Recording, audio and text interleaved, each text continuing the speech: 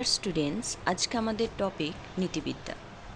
নীতিবিদ্যার ইংরেজি প্রতিশব্দ হল এথিক্স, যার উৎপত্তি হয়েছে গ্রিক বিশেষ্য অর্থাৎ নাউন এথস থেকে।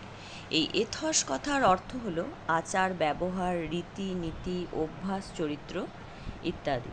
কোনো নীতিবিদ এথিক্সকে আবার মোরাল ফিলোসফি বা নৈতিক দর্শন নামেও অভিহিত করার চেষ্টা করেছেন।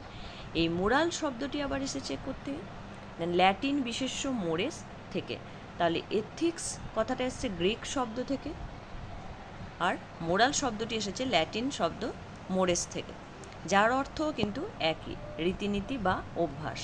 অর্থাৎ ব্যুৎপত্তিগত দিক থেকে বিচার করলে নীতিবিদ্যা বলতে আমরা কি বুঝবো না, সেই বিদ্যাকে বুঝবো যা মানুষের রীতি নীতি, অভ্যাস, আচার ব্যবহার নিয়ে আলোচনা করে। তাহলে নীতিবিদ্যা কি না, নীতিবিদ্যা হচ্ছে মানুষের আচার আচরণ নিয়ে আলোচনা করে। কোনো নীতিবিজ্ঞানী মনে করেন মানুষের আচরণ তার চরিত্র থেকে কোনো বিচ্ছিন্ন নয়। তাহলে কেউ মনে করেন যে মানুষের আচরণ দেখেই হচ্ছে তার চরিত্র বোঝা যায়। তাহলে আচরণ এবং চরিত্র হচ্ছে একই, সেটা আলাদা কিছু বিষয় নয়। মানুষের আচরণের মাধ্যমে তার চরিত্র হচ্ছে ব্যক্ত হয়। আচরণের ভালো ও মন্দের উপর ভিত্তি করে চরিত্রের ভালো মন্দ নির্ভর করে। তাহলে তার আচরণ যদি ভালো হয় তো আমরা বলি এটা ভালো ব্যক্তি, যদি খারাপ হয় তাহলে বলি আমরা খারাপ ব্যক্তি। সেরকম আচরণের মাধ্যমে হচ্ছে তার চরিত্র ব্যক্ত হয়। আচরণের মাধ্যমে মানুষের চরিত্র প্রতিফলিত হয়। এই আচরণের উপর গুরুত্ব দেওয়ার জন্য নীতিবিদ্যার সংজ্ঞা নির্দেশ করতে গিয়ে অধ্যাপক ম্যাকেনজি বলেন, নীতিবিজ্ঞান হলো এমন এক বিদ্যা যা মানুষের আচরণের ঔচিত্য বা মঙ্গলের কথা আলোচনা করে।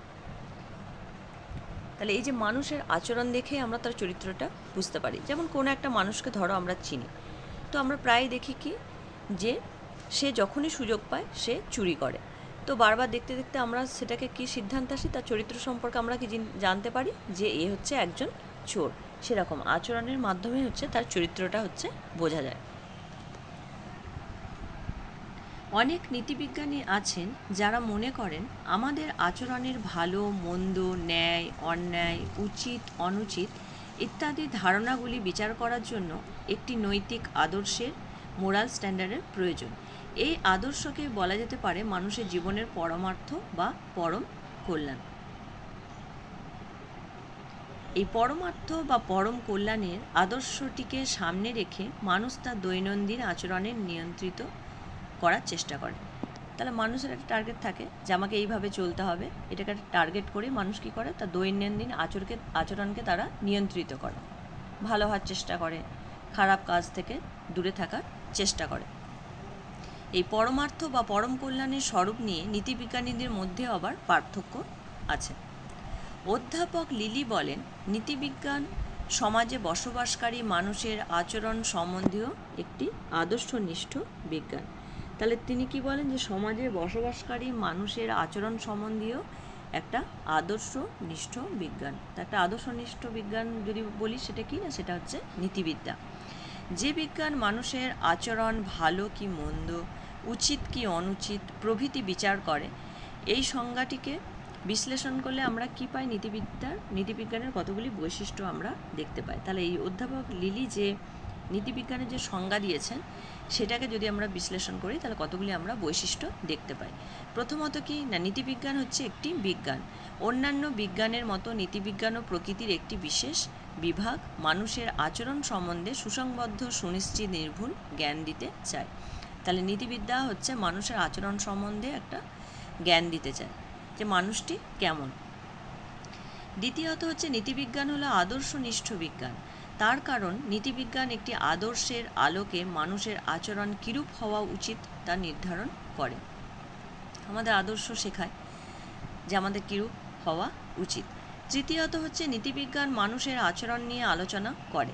মানুষের সব আচরণ কিন্তু নীতিবিজ্ঞানের আলোচ্য বিষয় নয়। এতক্ষণ ধরে আমরা যে বলছি মানুষের আচরণ নিয়ে আলোচনা করে, মানুষের আচরণ নিয়ে আলোচনা করে, কিন্তু নীতিবিজ্ঞান হচ্ছে মানুষের সব আচরণ নিয়ে আলোচনা করে না। শুধু ঐচ্ছিক ক্রিয়া নিয়ে নীতিবিদ্যা আলোচনা করে, অনৈচ্ছিক ক্রিয়া নিয়ে নীতিবিজ্ঞান আলোচনা করে না। তাহলে ঐচ্ছিক ক্রিয়া কি না, ঐচ্ছিক ক্রিয়া হচ্ছে ধরো পূর্ব থেকে কোনো কিছু একটা সংকল্প করা হয়েছে, যে একটা নির্দিষ্ট সেই সংকল্প করে একটা নির্দিষ্ট উদ্দেশ্য অনুযায়ী যখন কাজ করা হয় সেটা হচ্ছে ঐচ্ছিক ক্রিয়া। যখন আমরা কোনো সংকল্প অনুযায়ী কোনো একটা কাজ করব তখন সেটা হচ্ছে ঐচ্ছিক ক্রিয়া। তাহলে সেই ঐচ্ছিক ক্রিয়ারই হচ্ছে একমাত্র নীতিবিদ্যা আলোচনা করে। চতুর্থত হচ্ছে নীতিবিজ্ঞান কেবলমাত্র সমাজে বসবাসকারী মানুষের আচরণ নিয়ে আলোচনা করে। যে মানুষ সমাজে বাস করে তারই কাজের নৈতিক বিচার করে। যে মানুষ নির্জন দ্বীপে বা অন্ধকার গুহায় দিন যাপন করে তাদের আচরণের নৈতিক বিচার করা হয় না। তাহলে একমাত্র সমাজে বসবাসকারী মানুষেরই হচ্ছে নৈতিক বিচার আলোচনা করা হয়। দর্শনের শাখা হিসাবে নীতিবিদ্যার কী গুরুত্ব? দর্শনের তো অনেকগুলি শাখা রয়েছে, অধিবিদ্যা, জ্ঞানবিদ্যা, তর্কবিদ্যা, আরও অনেক রয়েছে, মূল্যবিদ্যা। তো তার মধ্যে হচ্ছে নীতিবিদ্যার কী গুরুত্ব না, দর্শনের আলোচনার পরিসর হচ্ছে খুব ব্যাপক। দর্শনের আলোচনার পরিসর খুব ব্যাপক কারণ দর্শন অনেক শাখা নিয়ে আলোচনা করে। দর্শন এবং নীতিবিদ্যা কিন্তু এক নয়, কারণ এক হতে পারে না। নীতিবিদ্যা হচ্ছে দর্শনের একটা শাখা মাত্র, দর্শন আর নীতিবিদ্যা কিন্তু কখনোই এক নয়, সে হচ্ছে তার একটা অঙ্গ। দর্শনের একটি গুরুত্বপূর্ণ শাখা হলো মূল্যবিদ্যা বা আদর্শবিদ্যা, যা মূল্য বা আদর্শ সংক্রান্ত প্রশ্ন নিয়ে আলোচনা করে। মূল্যবিদ্যা বা আদর্শবিদ্যা সত্য, শিব ও সুন্দরের পরম আদর্শগুলির স্বরূপ উদ্ঘাটনের চেষ্টা করে। তাহলে এই যে আদর্শবিদ্যা কী করে, সত্য, শিব এবং সুন্দরের পরম আদর্শগুলির স্বরূপ উদ্ঘাটনের চেষ্টা করে। এই সত্য, শিব ও সুন্দর এই তিনটি পরম মূল্যের মধ্যে শুধুমাত্র শিব বা মঙ্গলের আলোচনাকে করে নীতিবিদ্যা করে থাকে। নীতিবিদ্যার চরম লক্ষ্য হলো এই শিব বা মঙ্গলের প্রকৃত স্বরূপটি জানা। যেদিন আমরা তা জানতে পারবো সেদিন নীতিবিদ্যা তার চরম লক্ষ্যে পৌঁছে যাবে। তাহলে এই সত্য, শিব, সুন্দর এর মধ্যে শুধুমাত্র হচ্ছে শিব বা মঙ্গলের কথা জানাই হচ্ছে নীতিবিদ্যার কাজ। মঙ্গল অর্থাৎ কোনটা আমাদের জন্য ভালো, কোনটা আমাদের জন্য খারাপ, কোনটা আমাদের জন্য উচিত, কোনটা আমাদের জন্য অনুচিত, এটাই হচ্ছে নীতিবিদ্যা আলোচনা করে। তাই এখানে শেষ করছি।